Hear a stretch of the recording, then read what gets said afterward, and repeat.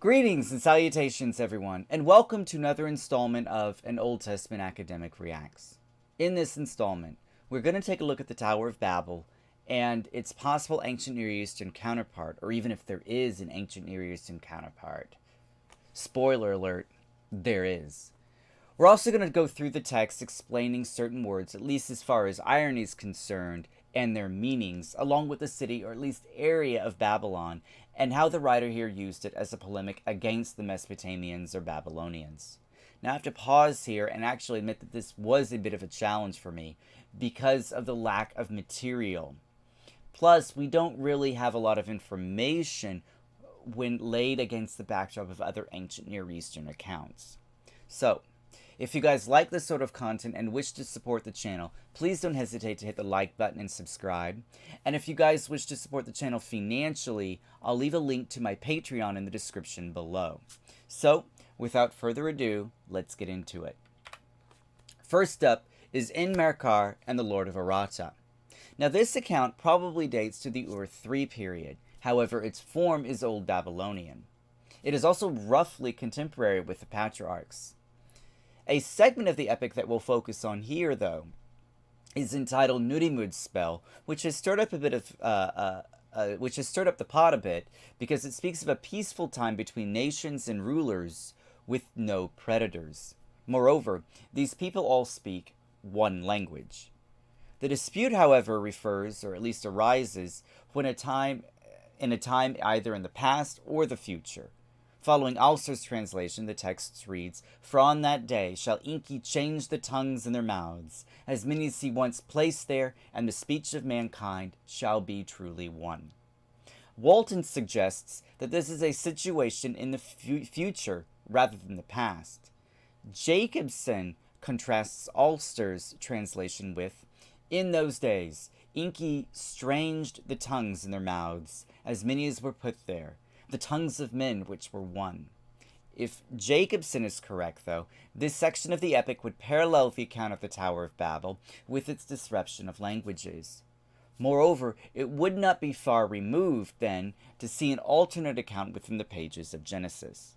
And finally, just as paradise was a negative connotation in the ancient Near East, but a positive one in the Bible, so the unified language is a positive one in the Bible, but a negative one in the ancient Near East. And that is simply because, at least in Mesopotamia, or as far as Mesopotamia is concerned, they prided themselves on bilingualism.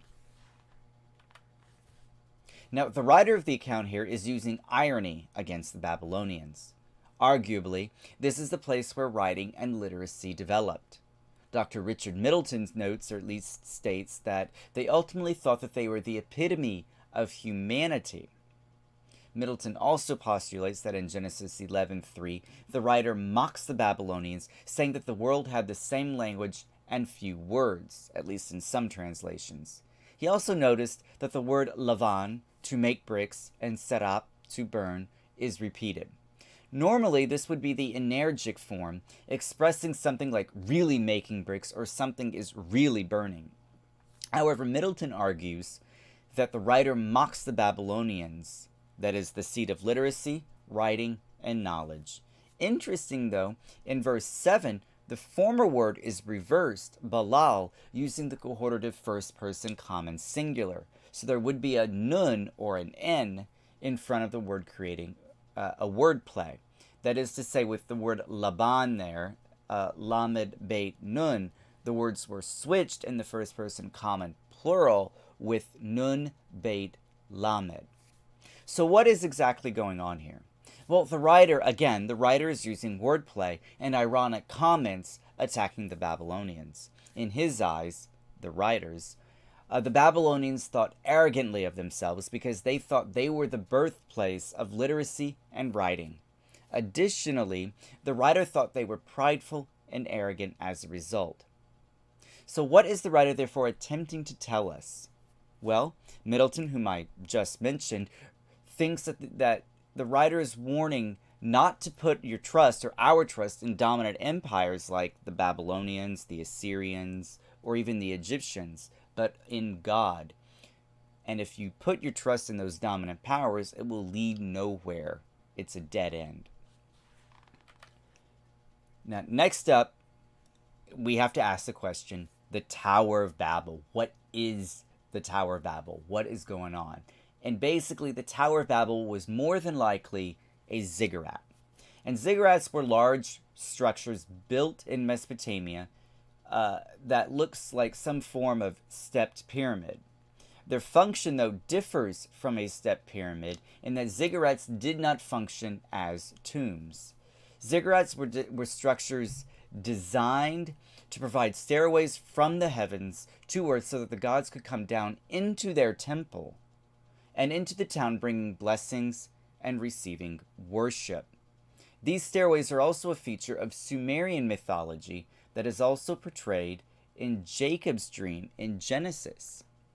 They were also constructed of bricks and subsequently filled with dirt and rubble.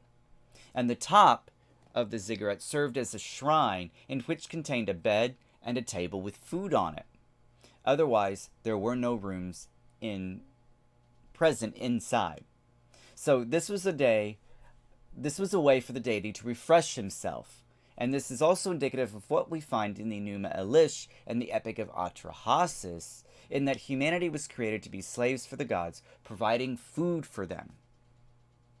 Now, the biblical Hebrew word migdal, used in Genesis 11, means wooden frame tower, or more like watchtower. But these definitions do a serious injustice to the text, not fully encapsulating the meaning of a ziggurat. So it probably refers to the ziggurat as a tower because of its height. Robert Alter notes that this is probably what the phrase top in the heavens means, that it is hyperbole in that they celebrated high towers or ziggurats here. Now, Sumer or Shinar, they both kind of mean the same thing. So the Hebrew word Shinar refers to the area that was around Sumer, which covered the Tigris and Euphrates river valleys. Additionally, this is where urbanization developed and is the heartland of Mesopotamia. Anyone who wanted to learn to read, write, or who wanted to be civilized went to Babylon because it was the dominant civilization for roughly 1,500 years. Shinar or Sumer, including the city of Babylon, was the cultural and political center of Mesopotamia during much of the 2nd and 1st millennia BCE. So, which ziggurat could the writer be targeting here? Well, that is difficult to tell, considering there are several ziggurats throughout the area of Sumer, Shinar. The reason why is because ziggurats in each city within Sumer had names. For example, the ziggurat in Babylon is Etemenanki, which means the temple of the foundation of heaven and earth. The ziggurat in Tzipar means the temple of the stairway to pure heaven. This ziggurat is somewhat reminiscent of the account found in Genesis 18, as I mentioned earlier, when Jacob had a dream about a stairway on which people were ascending and descending. Finally, the ziggurat at Larsa was called the temple that links heaven and earth.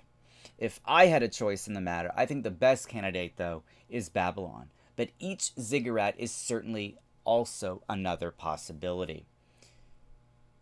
Now, stairways throughout Sumer were significant because they represented that which was believed to be used by the gods to travel from one realm to the other. It was only for the convenience of the gods who maintained order and legitimized the kings of Sumer. We also have to talk about sacred space here. Now, this is something we haven't really touched upon, at least in the channel or in this video, but the idea of sacred space, and I do plan on making a video encompassing sacred space later throughout the ancient Near East as a whole. However, I thought that I would briefly mention sacred space here. So if you recall in Genesis 3, Adam and Eve lost sacred space through their sin or because of their sin. God came down, keyword came down, and confronted Adam and Eve in their sin. And in so doing, God removed them from the Garden of Eden, outside of which they were to live in profane space. In Genesis 6, later in Genesis 6, we see that God saw corruption on the earth and instructed Noah to build an ark. Though the text does not say that he came down to earth The text does seem to imply this. In Exodus 19 as well, we see that God came down to Mount Sinai, which was reserved, or at least the top of Sinai was reserved for sacred space, and called Moses to the top of the mountain, and Moses went up. This isn't really any different from its ancient Near Eastern or Mesopotamian context, in which ziggurats were built for the descent of the god to dwell among humans, bless them, and also receive worship. This was the ultimate goal of a ziggurat that we discussed in the previous slide. So what exactly is going on here? Well, normally temples were not only beacons of sacred space, but also sacred spaces themselves. It was a place to exalt the gods, or in this case of Genesis, making a name for Yahweh. However, what we see here is that the people on the plain of Shinar are making a name for themselves. Kenneth Matthews says it succinctly in that the Tower of Babel is humanity's attempt to regain sacred space independently, apart from God, to which God promptly thwarts by descending and confusing their language, the irony and wordplay there, on Babylon. Making a name. The act of making a name for oneself is not an act of sin in and of itself. However, when making a name for oneself becomes obsessive, then it becomes rather problematic. Walton argues that the ancients placed immense value on the continuity from one generation to another, or in other words, preserving their generations or clans. And we see this throughout the ancient Near East as well. The kings of Egypt built huge mortuary complexes and temples to make names for themselves. Monuments could also contribute to making a name for yourself, or at least for the pharaoh, as we see again in ancient Egypt, like the temples of Karnak, Medinet Habu, and so on. In Mesopotamia, a person's continued comfort in the afterlife was dependent on care from descendants in the land of the living, much like Egypt. The details often involved memorial meals and various regular mortuary rites. It was also imperative that the kings of Mesopotamia be legitimized before and by gods. In other words, they wanted to make a name for themselves, whether that was through war or offerings to the gods, while at the same time receiving legitimacy from God and acceptance from their gods. So what is interesting about the Tower of Babel here is that there are no names given. If one looks at the previous chapters in the following chapter, there are names. In fact, following this account, you see the word Shem, which is simply the biblical Hebrew word for name. So again, what is interesting here then is that the only name in this entire account is Babylon, or Shinar, who is attempting to build a name for itself. But God comes down and confuses their language, because their God babbles. This again further demonstrates wordplay in the text, as we discussed earlier. So my final thoughts here. Keeping on par with the cultural river here, the only other record that is similar to the Tower of Babel is the epic of En-Merkar and the Lord of Arata. The portion of the text that is most important to us here is the Nudimud spell. It speaks of a peaceful time between nations and rulers with no predators, and moreover, these people all speak one language. The dispute, however, refers to a time in the past or in the future. Following Ulster's translation, the text reads, "For on that day shall Enki change the tongues in their mouths, as many see once placed there, and the speech of mankind shall be truly one." The writer of the account here is using irony against the Babylonians, and arguably this is the place where writing and literacy developed, and they ultimately thought that they were the epitome of humanity, the writer of Genesis, or the writer tells us. The writer also mocks the Babylonians, saying that the world had the same language and few words. He notices that Lavan, to make bricks, and Saraf, to burn, is repeated. Normally this, again, would be an energic form expressing really making bricks or really burning. However, as Middleton noted, what's going on here is that the writer is mocking the Babylonians because their God had so few words. Interestingly, in verse 7, the former word is also reversed Balal, using the cohortative first person common plural, so there would be a nun in front of the word, creating a word play. Ziggurats, which were structures designed to provide stairways from the heavens to earth, so that the gods could come down into their temple and into the town, bringing blessings and receive worship. This is the opposite of what was going on in Genesis 11, where the people wanted to go up to God. Sacred space, as opposed to profane space, were holy places. Temples, therefore, were not only beacons of sacred space, but also sacred space themselves, housing a shrine or statue of a god. It was a place to exalt the gods, or in this case of Genesis, making a name for Yahweh, at least in the biblical sense.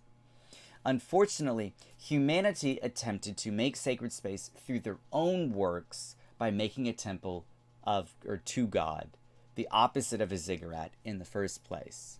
And finally, the people here on the plain of Shinar sought to create a name for themselves.